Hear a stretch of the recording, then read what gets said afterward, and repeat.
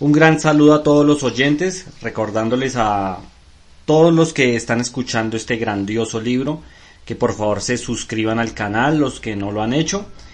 Vamos a continuar con la lectura. Si desean que les envíe algún saludo, de qué parte del mundo nos escuchan, por favor me lo pueden dejar en los comentarios y en el próximo audio les envío un gran saludo. Bueno, entonces continuamos con la lectura del libro de Julio Verne, La Esfinge de los Hielos, capítulo 7. Este capítulo se titula Tristán de Acuna. 4 días después, la Hambrain llegó a la curiosa isla de Tristán de Acuna, que es, por decirlo así, como la caldera de los mares africanos. Ciertamente era un hecho bien extraordinario aquel encuentro. A más de 500 leguas del círculo atlántico, aquella aparición del cadáver de Peterson. Al presente, el capitán de la Hambrain y su hermano. El capitán de la Jane estaba unidos por él. Sí, esto debe parecer inverosímil. Y que es, sin embargo, junto a lo que aún me queda que contar. Lo que me parecía que tocaba un límite de lo inverosímil era que la novela del poeta americano fuese una realidad. Primero se reveló mi espíritu. Pretendí cerrar los ojos a la evidencia. Finalmente, preciso me fue rendirme a ella, y mis últimas dudas quedaron sepultadas, con el cuerpo de Peterson en las profundidades del océano. Y no solamente el capitán Lengui se encadenaba por los lazos de la sangre a esta dramática y verídica historia, sino que también, como lo supe pronto, nuestro maestro velero Martin Hall era hermano de uno de los mejores marineros de la Grampus, uno de los que había debido de parecer en del salvamiento de Arthur P.M. y de Dirk Peter, efectuado por la Jane. Así, pues, entre los paralelos 83 y 84 Sur, unos marineros ingleses, actualmente en número de 6, habían vivido 11 años en la Salal, el capitán William Guy, el segundo Peterson, y los 5 marineros de la James, que habían escapado milagrosamente de los indígenas del Cloc Cloc. Y ahora, ¿quién iba a ser el capitán Lengui? Ni sombra de duda sobre sus propósitos. Él lanzaría a la Hambrain hacia el meridiano designado por Arthur P.M. La conduciría hasta la isla Salal, indicada en el cuaderno de Peterson. Su lugarteniente, James West, iría donde él le ordenara que fuera. La tripulación no dudaría en seguirle, y no la contendría el temor de los peligros que llevara una expedición que tal vez traspasaba los límites asignados a las fuerzas humanas. El alma de dicho capitán estaría en ellos, el brazo de su lugarteniente dirigía sus brazos. He aquí la razón por la que el capitán Lengui rehusaba aceptar pasajeros a bordo, porque me había dicho que su itinerario no era fijo, en la esperanza siempre de que se le ofreciera ocasión para eventuarse hacia el mar de hielo. Y hasta tengo motivos para creer que, de estar entonces la Hambrain dispuesta para emprender tal campaña, el capitán Lengui hubiera dado la orden de poner el cabo al sur. Y después de lo que yo había dicho al embarcarme, ¿hubiera yo podido obligarla a continuar su camino para desembarcarme en Tristán de Acuna? Por lo demás, era preciso preverse de agua en la isla, a la que llegaríamos a los 3 días. Allí tal vez podría ponerse a la goleta en condiciones de luchar con los témpanos y llegar a la mar libre, pues libres eran más allá del paralelo 82, y de ir más lejos que Cool, Weddell, Viscount, Kim, para intentar lo que intentaba entonces el teniente Wilkes, de la Marina Americana. Pues bien, una vez desembarcado en Tristán de Acuna, yo esperaría el paso de otro navío. Por lo demás, aunque la Hambrain hubiera estado dispuesta para tal expedición, la estación no le hubiera permitido flanquear el círculo polar. La primera semana de septiembre no había terminado aún, y debían transcurrir por lo menos 2 meses antes que el verano austral hubiera disuelto los hielos. Esta época los navegantes lo sabían. Es desde mitad de noviembre al comienzo de marzo. En este espacio de tiempo tan audaces tentativas pueden emprenderse con algún buen resultado. La temperatura es soportable, menos frecuentes las borrascas, la barrera de hielo se agujerea y un sol perpetuo baña aquel lejano dominio. No había que olvidar las reglas de prudencia en tal caso, y la Hambrain, después de renovar sus provisiones de agua y víveres en Tristán de Acuna, buscaría en las Falkland, ya en las costas americanas, un puerto en mejores condiciones desde el punto de vista de las reparaciones que los de aquel grupo abandonado en el desierto del sur Atlántico. La gran isla, cuando el ambiente es puro, es visible a distancia de 85 a 90 millas. El contramaestre, que la había visitado varias veces, me dio acerca de la isla algunas noticias que transcribo. Tristán de Acuna está situada al sur de la zona de los vientos regulares del suroeste. Su clima es dulce y húmedo. Su temperatura moderada, no bajando de 25 grados Fahrenheit, unos 4 grados bajo cero, ni elevándose más de 68 grados, 20 grados centígrados sobre cero. Los vientos dominantes son el oeste y el noroeste, y durante el invierno, agosto y septiembre, los del sur. La isla fue habitada desde 1811 por el americano Lambert y varios otros del mismo origen, equipados para la pesca de los mamíferos marinos. Después de ellos instaláronse allí soldados ingleses encargados de vigilar los mares de Santa Elena, y no partieron hasta la muerte de Napoleón en 1821. 30 o 40 años después, Tristán de Acuna ha contado con un centenar de habitantes de bastante buen tipo, europeos, americanos y holandeses del Cabo, y la república se ha establecido con un patriarca por jefe, aquel de los padres de familia que tenían más hijos, y el grupo, en fin y a cabo, por reconocer la soberanía de la Gran Bretaña. Pero todo esto ha sucedido después del año 1839, durante el cual la Hambrain se disponía a dirigirse a ella. Por lo demás, pronto debía yo advertir por mis observaciones personales que la posesión de Tristán de Acuna no valía la pena de ser disputada. Sin embargo, tierra de vida fue su nombre en el siglo XVI. Si goza de una flora especial, está representada únicamente por los helechos, los licopos, una gramínea picante, la espartina, que tapiza la pendiente inferior de las montañas. Respecto a la fauna doméstica, los bueyes, ovejas y puercos componen su única riqueza y son el objeto de un comercio poco importante con Santa Elena. Cierto que no hay un reptil ni un insecto, y los bosques no abrigan más que una especie de felino poco peligroso, un gato salvaje. El único árbol que posee la isla es un cambrón de 18 a 20 pies, pero las corrientes llevan bastante madera flotante para el consumo.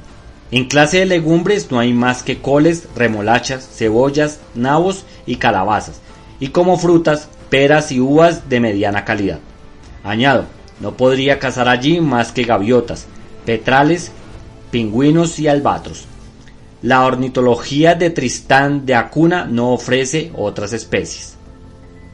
En la mañana del 5 de septiembre fue señalado el alto volcán de la isla principal, un nevado macizo de 1200 toesas cuyo cráter extinguido forma la cubeta de un lago de reducidas dimensiones.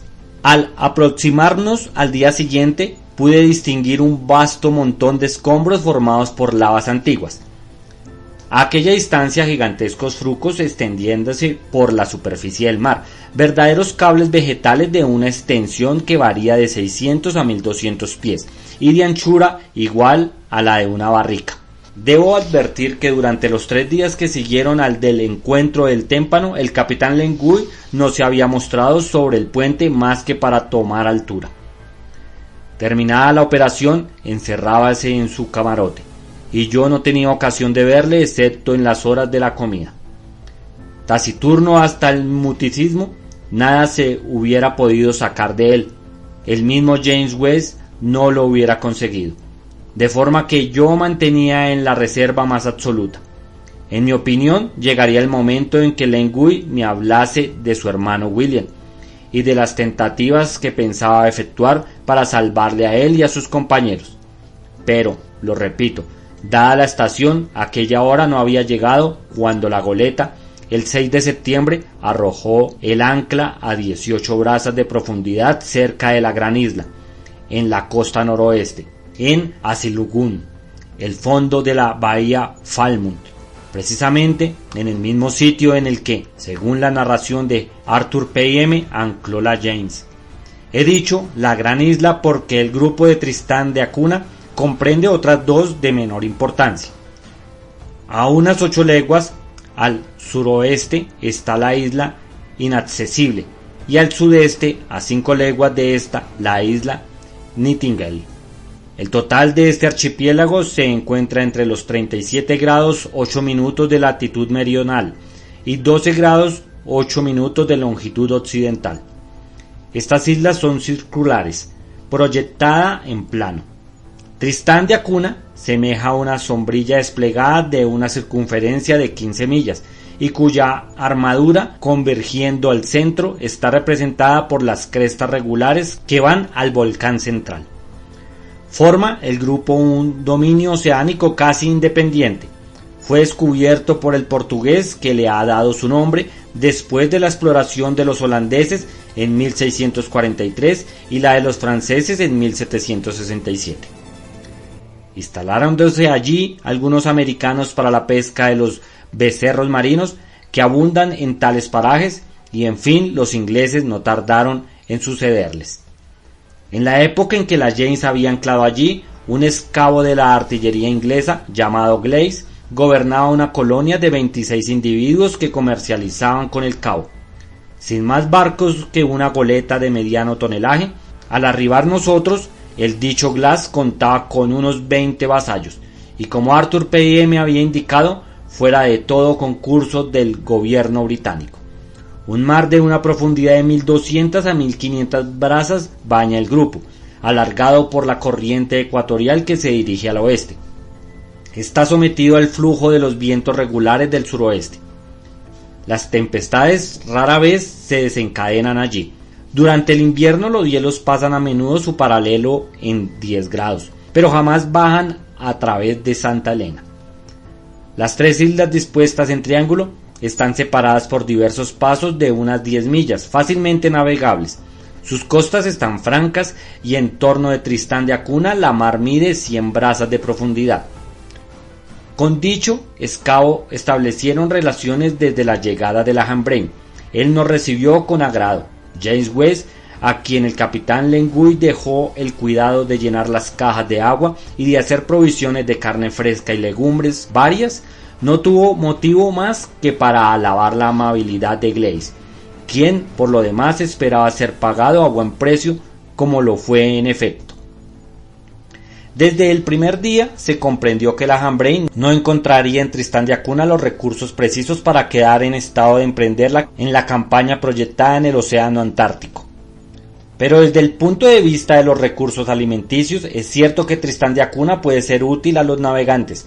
Las especies de animales domésticos se han enriquecido, pues aunque a fines del último siglo el capitán americano Pitten, comandante de la Industry, no había visto allí más que algunas cabras salvajes, hoy vence cerdos, vacas y aves. El capitán Colquhoun del brig americano Betsy hizo plantaciones de cebolla, patatas y otras legumbres en un suelo fértil que aseguraba la prosperidad. Esto es, al menos lo que en su libro refiere a Arthur P.M., y no hay motivos para negarle crédito. Se habrá notado que yo hablo ahora del héroe de Edgar Poe como del hombre cuya existencia no puedo ya poner en duda. Así es que me extrañaba que el capitán Lenguy no me hubiera aún interpelado sobre este asunto. Evidente era que las noticias escritas en el cuaderno de Peterson eran cosa formal, y yo tenía que reconocer mi pasado error. Además, si alguna duda me hubiera quedado, un nuevo o irrecusable testimonio vino a añadirse al del segundo de la James. Al siguiente día de anclar desembarqué en Houseluu, en una hermosa playa de negruzca arena. Pensé que tal playa no estaría fuera de su lugar en la isla Salán, donde se encontraba aquel color de duelo, con exclusión del blanco, que a causa los insulares violentas convulsiones seguían de postración y estupor. Pero al dar por cierto tan extraordinarios efectos, ¿no habría sido Arthur P.M. juguete de una ilusión? En fin, ya se pondría en claro las cosas si la Hambrain llegaba alguna vez a la vista de la isla Tsalal. Encontré el escabo Glass, hombre vigoroso, bien conservado, de fisonomía ruda, y en el que los 60 años no había conseguido amenguar la inteligencia vivacidad. Independientemente del comercio con el Cabo y las Falklands, hacía un importante tráfico de pieles de foca, de aceite de elefantes marinos, y sus negocios marchaban viento en popa. Como aquel gobernador que se nombró tal a sí mismo y fue reconocido por la pequeña colonia, parecía muy aficionado a hablar. Entabló sin gran trabajo desde nuestra primera entrevista una conversación muy interesante. ¿Tiene usted a menudo navíos que hagan escala en Tristán de Acuna?, le pregunté. Tantos como nos hace falta, caballero, respondió frotándose las manos que colocó en la espalda, costumbre suya sin duda. ¿En la buena estación?, añadí. Sí, en la buena estación, si es que en estos parajes la hay mala. Le felicito a usted por ello, señor Glass, pero es de lamentar que en Tristán de Acuna no haya un solo puerto. Y cuando un navío se ve obligado a anclar al largo... ¿Al largo, caballero? ¿Qué entiende usted por eso?, exclamó el escabo con una animación que indicaba un gran fondo de amor propio.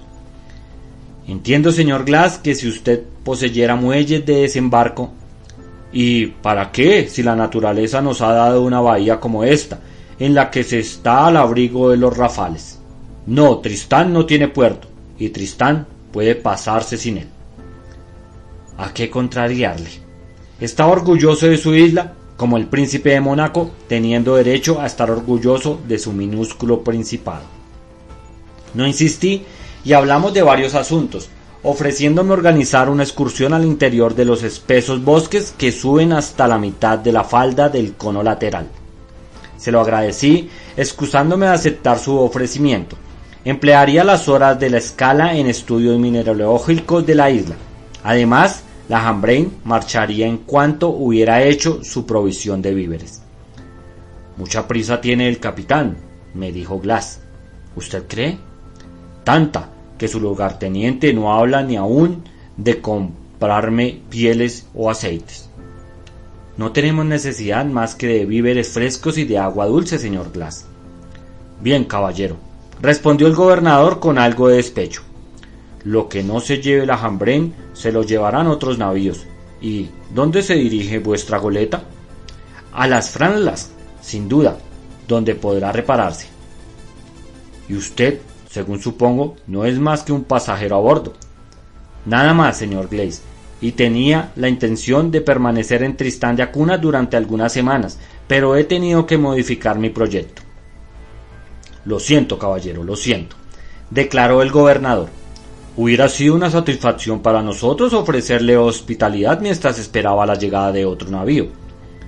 Hospitalidad que me hubiera sido muy preciosa, respondí. Desgraciadamente no la podré aprovechar. Efectivamente había tomado la resolución de no abandonar la goleta. Terminada la escala, ella pondría el cabo hacia las Falklands, donde se efectuarían los preparativos necesarios para una expedición por los mares Atlánticos. Iría pues hasta las Falklands, donde encontraría sin sufrir gran retraso navío en que embarcarme para América, y seguramente el capitán Lenguy no rehusaría conducirme allí. El escabo me dijo entonces, manifestando alguna contrariedad: en fin, no he visto el color de los cabellos ni del rostro del capitán. No creo que tenga la intención de venir a tierra, señor Glass. ¿Está enfermo?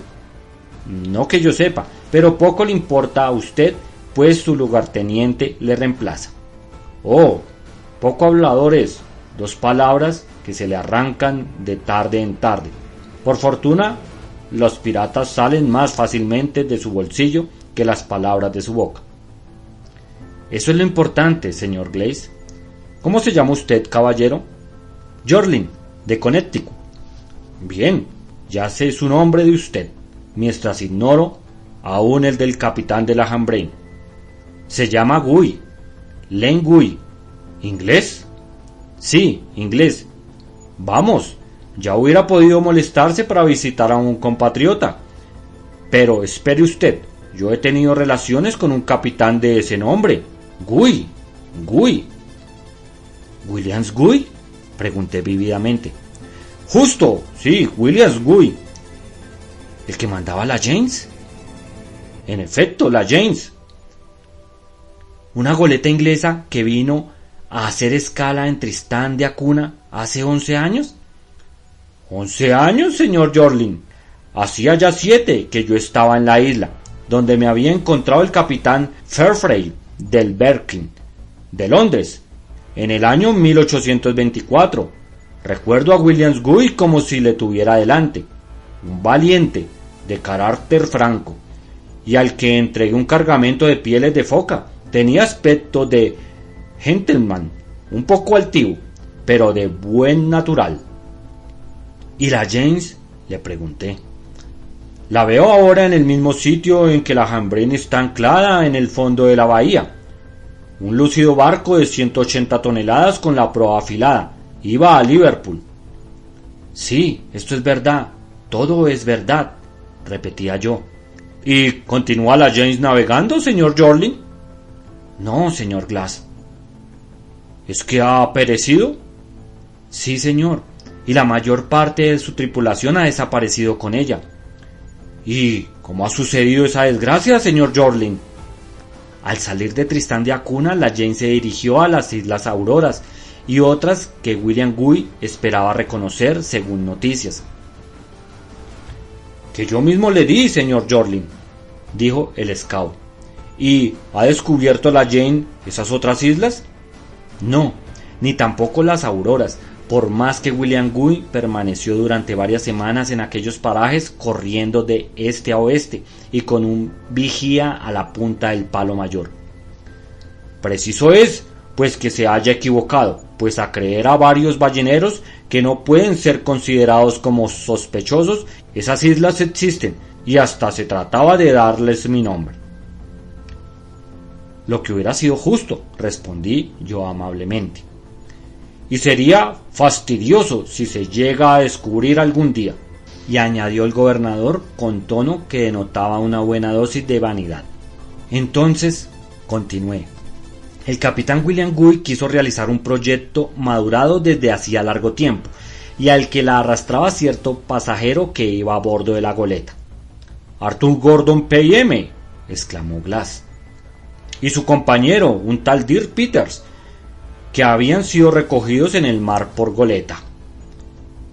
¿Los ha conocido usted, señor Glass?, pregunté vívidamente. Sí, los he conocido, señor Jorlin. Oh, Arthur P.M. era un singular personaje, siempre ávido de lanzarse a aventuras. Un audaz americano capaz de partir para la luna. ¿No habrá ido a aquella por casualidad? No, señor Glass, pero según parece, y durante su viaje la goleta de Williams Guy ha flanqueado el círculo polar y ha avanzado más allá que ningún otro navío. He aquí una prodigiosa campaña, exclamó Glass. Sí, pero desgraciadamente la James no ha vuelto. De modo, señor Jorlin, que Arthur P.M. y Dirk Peter, una especie de mestizo indiano de tan terrible fuerza que 6 hombres no le hubieran podido derribar, ¿habrá perecido? No, señor Glass, Arthur P.M. y Dirk Peter han podido escapar a la catástrofe de la James y la mayor parte de sus hombres fueron víctimas y han vuelto a América. Ignoro de qué manera. Después de su regreso, Arthur P.M. ha muerto en no sé qué circunstancias. En cuanto a Dirk Peter, después de retirarse al fondo de Illinois, ha partido hundida sin prevenir a nadie y sin dejar rastro. ¿Y Williams Guy?, preguntó Glass.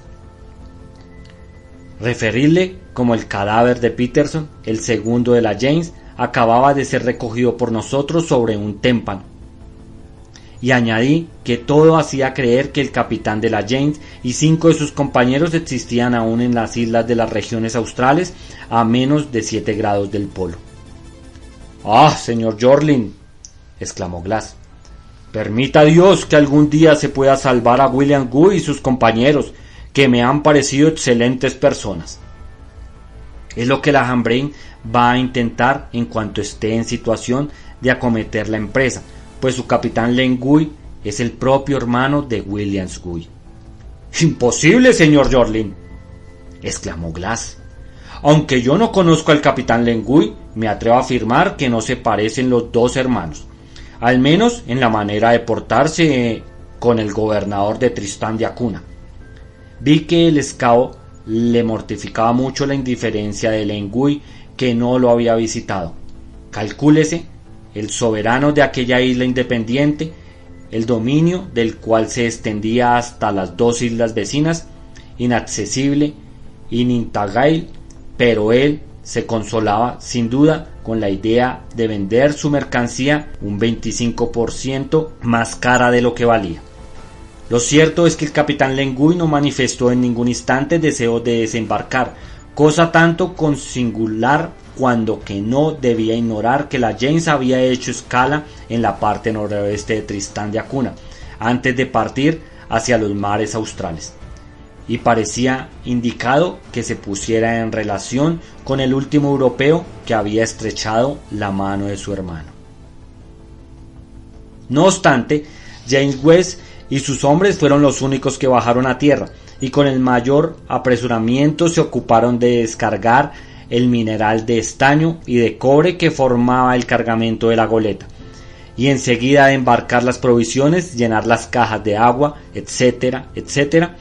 Durante todo este tiempo el capitán Lenguy permaneció a bordo, sin subir al puente, y por el tragaluz vidriado de su camarote yo le veía inclinado constantemente sobre su mesa.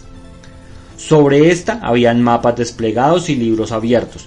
No había que dudar que los primeros fuesen de las regiones australes y los segundos narrasen los viajes de los percursores de la Jane en las misteriosas regiones de la Artántida. Sobre la mesa había también un libro, 100 veces leído, del que la mayor parte de las páginas estaban dobladas y los márgenes llenas de múltiples notas escritas con lápiz. Y sobre la cubierta brillaba este título como impreso con letras de fuego: Aventuras de Arthur Gordon Pym. Bueno amigos, hasta aquí llegó este capítulo, espero les haya gustado. Les recuerdo a los que llegaron hasta aquí, hasta esta parte de la historia, es porque les ha venido gustando mis lecturas. Les agradezco que se suscriban al canal de YouTube Deporte y Cultura JB. Eso me ayudaría mucho para llegarles a más personas. Gracias y hasta la próxima.